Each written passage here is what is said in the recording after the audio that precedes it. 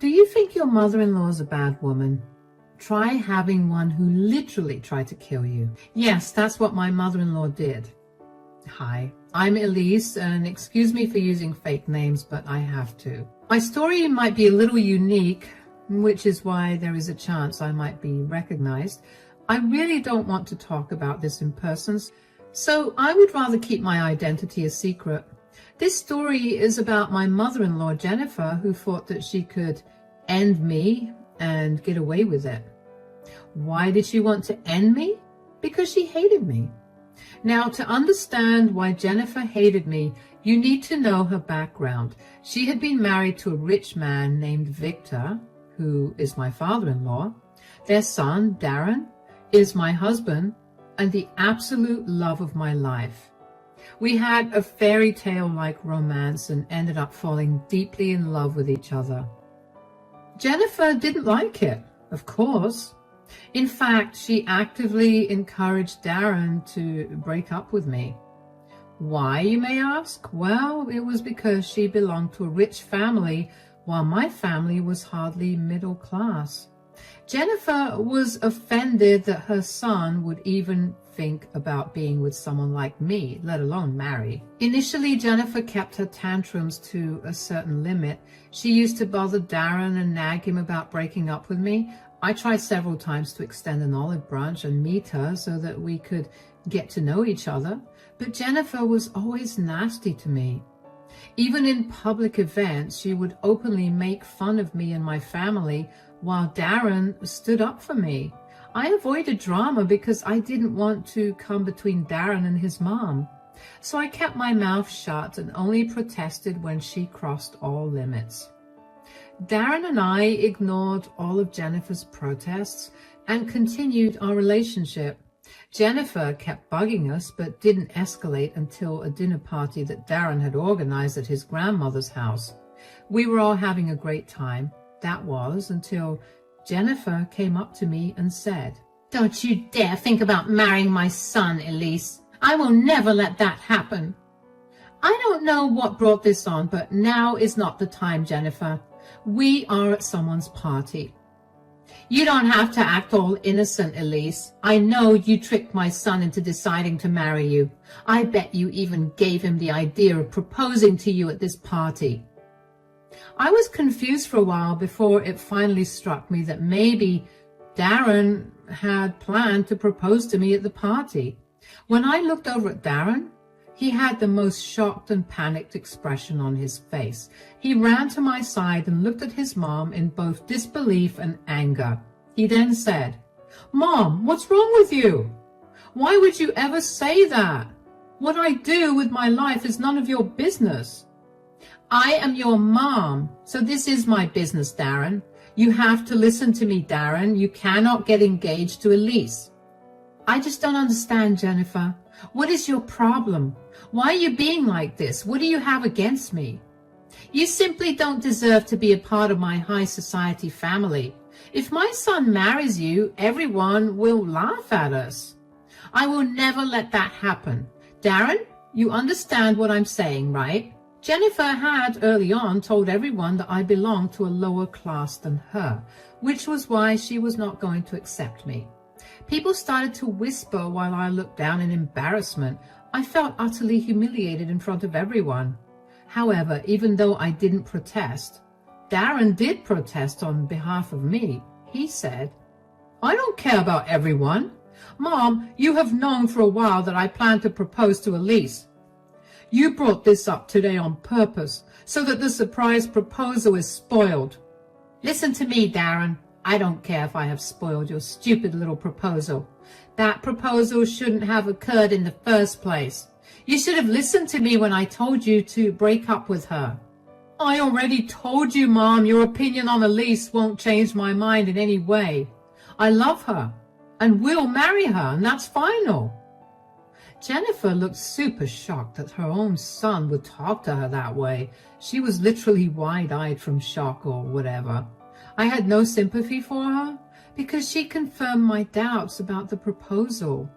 Darren had indeed planned something romantic to surprise me, and the surprise was now completely ruined. I was a little sad about it, but that sadness left my mind when I saw Darren showing his shiny backbone to his mother. Jennifer, of course, had a problem with that. She, as usual, turned to me and started to accuse me of turning her son against her. She yelled at me and said, "This is your fault, Elise. You have corrupted my son and turned him against me. I always knew you were a gold digger, and this proves everything." I have no clue what you're talking about, Jennifer. You can't just blame me for whatever comes to your mind. My son was such an established gentleman. He would have never raised his voice at his mother in the past. But you came into his life with your low-class behavior and spoiled his manners. If that's what has happened, Jennifer, I think I did Darren a favor. He really needed to stand up against his awfully controlling mother anyway. I might be middle class, but I know manipulation and control issues when I see it.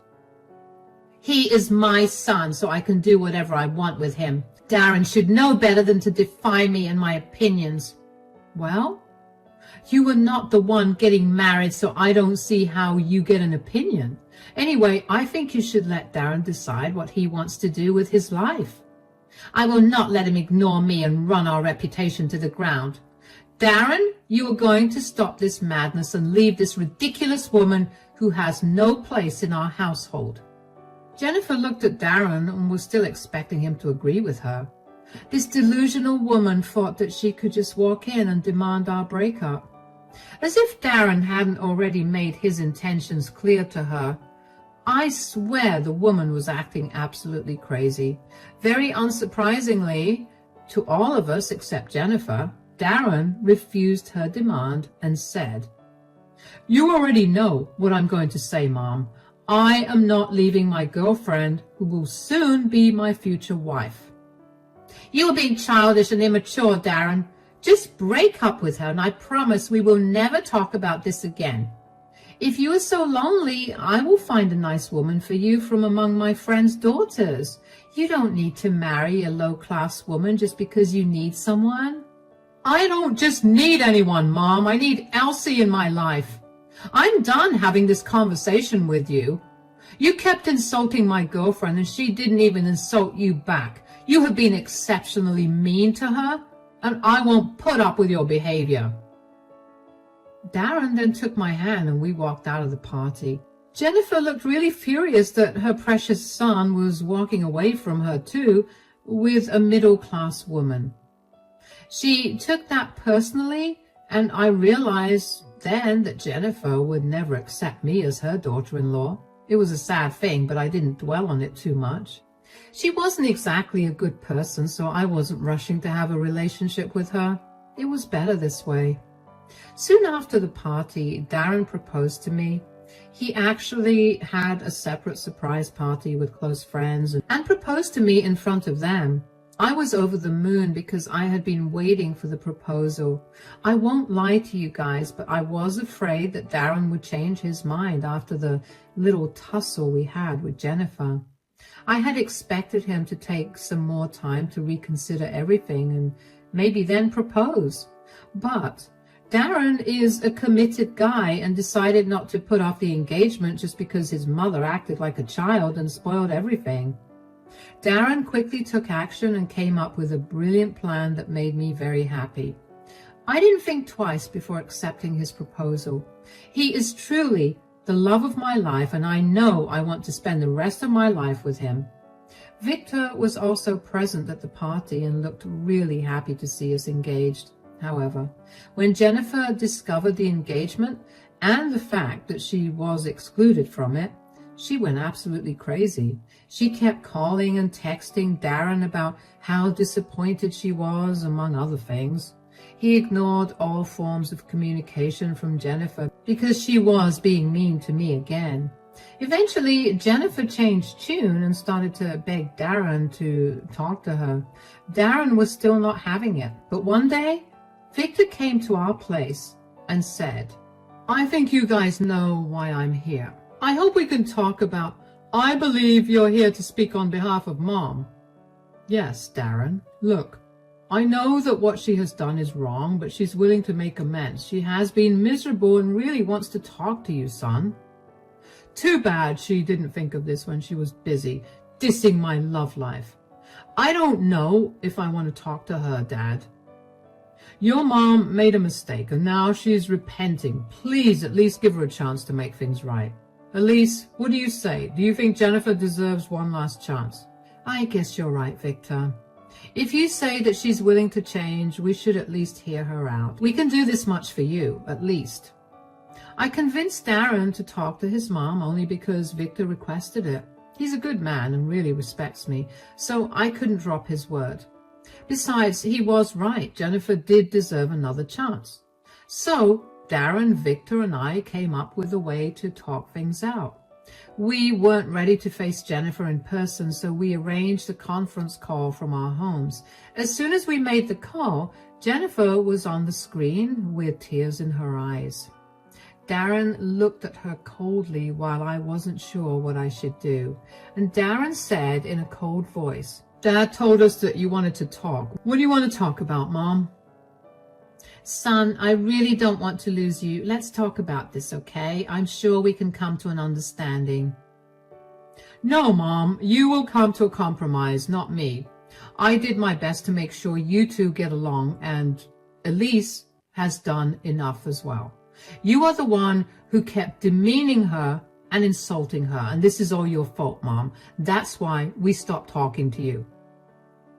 Are you really going to cut off your mom, Darren? You are the only child I have. How will I manage to live without my only son? Then you better change your stance. Mom, if you want to have your son in your life, you will have to treat Elise with the respect she deserves. You need to accept Elise as your daughter-in-law and try to have a relationship with her. That is impossible, Darren. I have told you a lot of times I cannot degrade myself to mix with your stupid girlfriend. Jennifer was back throwing a tantrum, and we knew talking to her would be useless. We had only agreed to have the video call with her because Victor begged us to. If it wasn't for Victor, we would have had very limited contact with Jennifer and the video wouldn't even be happening. Jennifer disregarded these little details and kept on throwing a tantrum. And that's when my father-in-law finally stepped in and angrily said, That is enough, Jennifer. You are acting like a total child. I had to go to great lengths to convince Darren and Elise to hear you out. Now I'm starting to regret my decision. What you are doing now is absolutely unacceptable. But Darren is the one being unreasonable, Victor. He wants me to accept Elise as his wife when I made it clear that I don't consider her a part of our family. In that case, you can say goodbye to your son, Mom. Like I said, I will not tolerate you constantly degrading my wife. I'm getting sick and tired of you, Jennifer. You are not the only person who gets to decide who becomes a part of the family. I wholeheartedly accept Elise, and so will you, if you don't want to lose your son.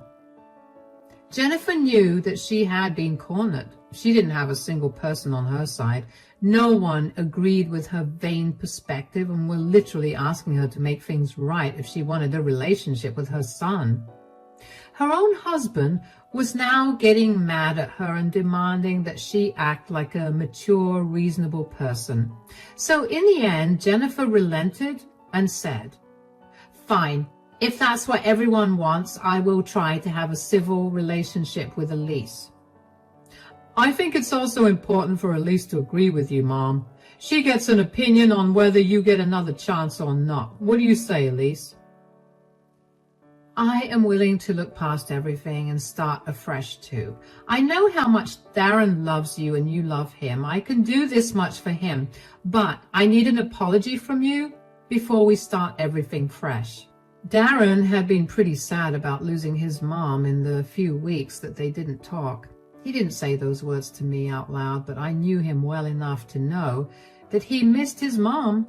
Now, I am not the kind of person to give ultimatums or come between families, so when Darren asked me to give Jennifer a chance, I agreed. I did it for my then fiancé and not his mom, but I also knew that I wasn't going to let Jennifer pretend that she never did something wrong. Before we started a fresh page, I needed an apology from her. But when I asked for an apology, Jennifer looked disgusted and screeched at me, saying, "What? You expect me to apologize to you?" "What's your tone, Jennifer? You are going to lose this one last chance if you react to Elise like this." "That is right, Mom. If I were you, I would choose my words and tone carefully from now on.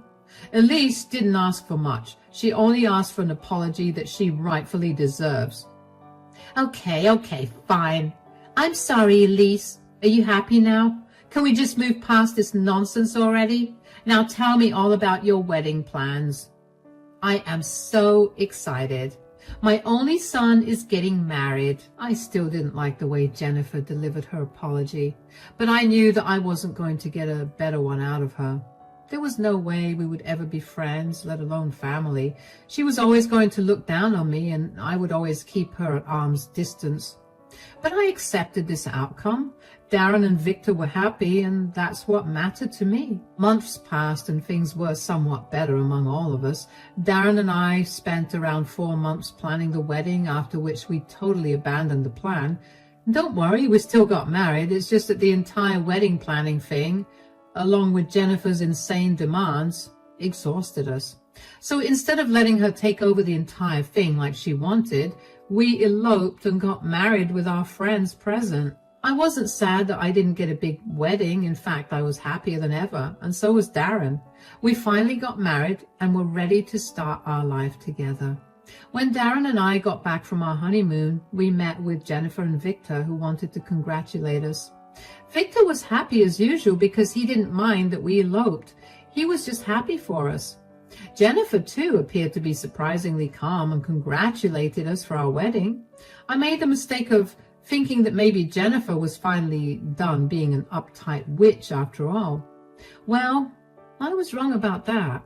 Old habits do die hard, guys. And that same night, she pulled me aside when no one was around and said in a nasty voice, "Bravo, Elise, you played me well. You secretly married my son before I could come up with a plan to separate you two." "What are you talking about? Wait, are you still obsessed with breaking us up? What did you think, Elise? That I would magically turn over a new leaf and accept you?" My instincts were right, guys. Jennifer never really reconciled with me or accepted me as her daughter-in-law. She was only faking it so that Darren wouldn't cut her off. I was pretty sure that she would have messed up my wedding if I hadn't made the split-second decision to elope. I thanked the heavens that Darren actually agreed with me and made a run for it. I guess his instincts, too, were telling him to avoid a grand wedding because of possible complications. The only one who didn't find the elopement nice was Jennifer, who always had ulterior motives.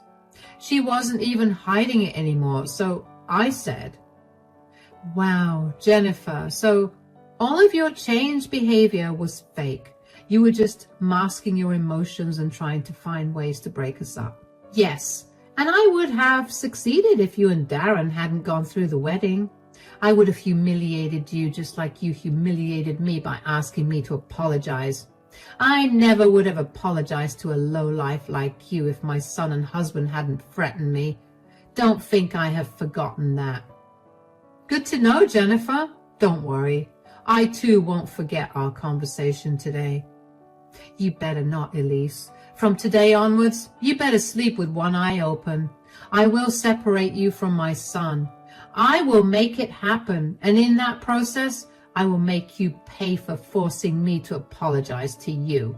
I should have known then that Jennifer wasn't making small threats. I chalked it up to her being super angry that she missed a chance to ruin my wedding. I did expect Jennifer to try and do something stupid, but I could never imagine what she ended up doing to me. None of us had imagined what she was capable of doing. I did tell Darren about my little conversation with Jennifer that night. He was angry, but not at all shocked. He confirmed my theory that he knew Jennifer would try and interfere in the wedding. He was her son after all, so he knew exactly what his mother was thinking. After another big confrontation and fight, Jennifer apologized to me again, much to her own dismay. Sometimes I think the second apology was what pushed her over the edge. Maybe we will never know what did her in. But Jennifer started to make a grand plan to get rid of me, and she was almost successful in doing it. The incident happened on my birthday, which was 2 months after our elopement. Darren had made some elaborate preparations for the party because it was my first birthday as his wife. He also wanted to have a party with everyone since most of our guests missed our wedding. So Darren arranged everything and invited a lot of guests to my grand birthday party. Jennifer was, of course, sulking that I was the center of attention again, but she actually didn't create any drama and even helped Darren with some arrangements. We, once again, mistook this as Jennifer seriously trying to have a civil relationship with me. I guess we desperately wanted this meaningless drama to end. It was just wishful thinking on our part. On the day of the party, Darren and Victor were both busy making all the last-minute preparations. The party was taking place at my in-laws' mansion, so we were at their house. I was already dressed up and ready to party. The guests were already coming, and I was a little nervous because there were a lot of people I hadn't met before. And just when my nerves were getting the best of me, Jennifer appeared out of nowhere with 2 cups. She handed me one and said, "Drink this up, Elsie. You look like you need it." "What is this, Jennifer?" "Are you blind, Elsie? It's coffee. You look really nervous, and I don't want you going out like this. I have a reputation to keep, and I don't want you to make a mess of yourself." "That was really rude, Jennifer, but thanks. The coffee really would help." "Then what are you waiting for, Elsie? Drink it up already." I didn't want my anxiety to get the best of me, so I started to drink the coffee that Elsie offered me. When I sipped it the first time, I felt like it tasted a little off. It was too bitter for my liking, and then again, it was black coffee, so I didn't think much of it anyway. I kept drinking the coffee to calm my nerves, but somehow it made me feel really weird, and that's when I noticed Elsie, and that's when I noticed Jennifer smirking at me. She said, "How's the coffee, my dear daughter-in-law? I'm sure it's pretty good." "What have you done, Jennifer?" "You never should have taken the coffee I gave you, Elsie. Who is going to save you now? Maybe I will be finally able to take you away from my son. Did you really think you would get away with stealing him?" "Oh my God, why do I feel this way? What did you add to my coffee?" Those were some of my last words to Jennifer before I felt my throat closing up. I immediately knew what it was. I was going into an anaphylactic shock. Jennifer had definitely mixed something in the coffee she gave me. I wasn't exactly in the condition to make sense of what she may have added. I could only feel my throat swelling up and choking me. I struggled for help and watched Jennifer laugh at me. Then I think I had lost consciousness because I didn't remember anything else. I woke up in the hospital, probably the next day. I was so groggy at the time that I barely remember what was going on. I found myself in a hospital bed. A doctor and nurse stood over me and were examining me. In a very groggy voice, I said, "What happened to me, doctor?" "You went into an anaphylactic shock, Mrs. Elsie. Your husband brought you in at the last minute and saved you. Do you remember what happened?" "I was drinking coffee that my mother-in-law gave me, and after that I started to feel my throat swell up.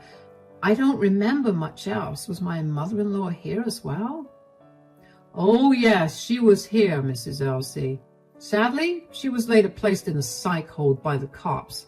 I'm not really sure why. You may want to ask your husband about that." The doctor then took my vitals and checked me thoroughly. After he was done, he gave me some instructions and left. I was left wondering about what on earth happened. Even at that point, I couldn't properly remember that Jennifer had intentionally tampered with my drink to send me to the hospital. Everything became clear when my husband came to see me.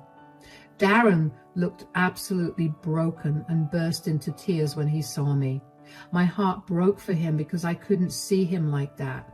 After a good crying session and me assuring him that I was okay, Darren calmed down a bit. Then I finally asked him what went on. He said, "I came to find out because you were late for the party. Everyone was already there. I went looking for you and found you unconscious in the kitchen. I immediately brought you here after I realized that you weren't even breathing properly. The doctor told me that I went into anaphylactic shock." Yes, that's what we discovered as well. As soon as the doctors told us, we rushed home to see what happened. Dad pulled the CCTV footage to find out more, and that's when we saw you collapse after drinking something Mom gave you. Oh my God, yes, I do remember it. Jennifer gave me coffee to calm me down. I don't know what she told me next, but she was laughing when I was struggling to breathe. That haunting memory came back to me in an instant. Sometimes, even now, I hear her laughter in my nightmares. It was just horrible. Darren looked pretty defeated after I told him what happened. He said, "I know that, Elsie. We all saw the footage. We think Mom slipped something in your drink that caused you to go into shock. The cops are still investigating what happened." The cops? The doctors told me that Jennifer was put on a psych hold. Yes, Elsie. After we discovered the truth, we confronted Mom. I can't tell you all the vile things she said about you. Dad and I immediately called the cops on her. She was put into a psych hold because of how unstable she was acting. I've already pressed charges against her, Elsie. You have filed a police report against her? Do you really want to do that? Listen to me, Elsie. I have allowed my mother to ruin our life enough already.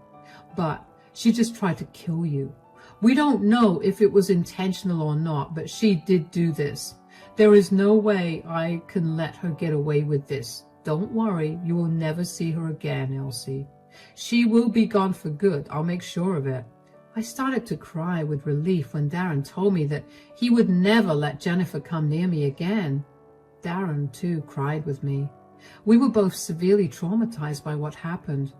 Till I was back home, both Darren and his dad stayed by me at all times. Then they took me home and made sure I recovered fast.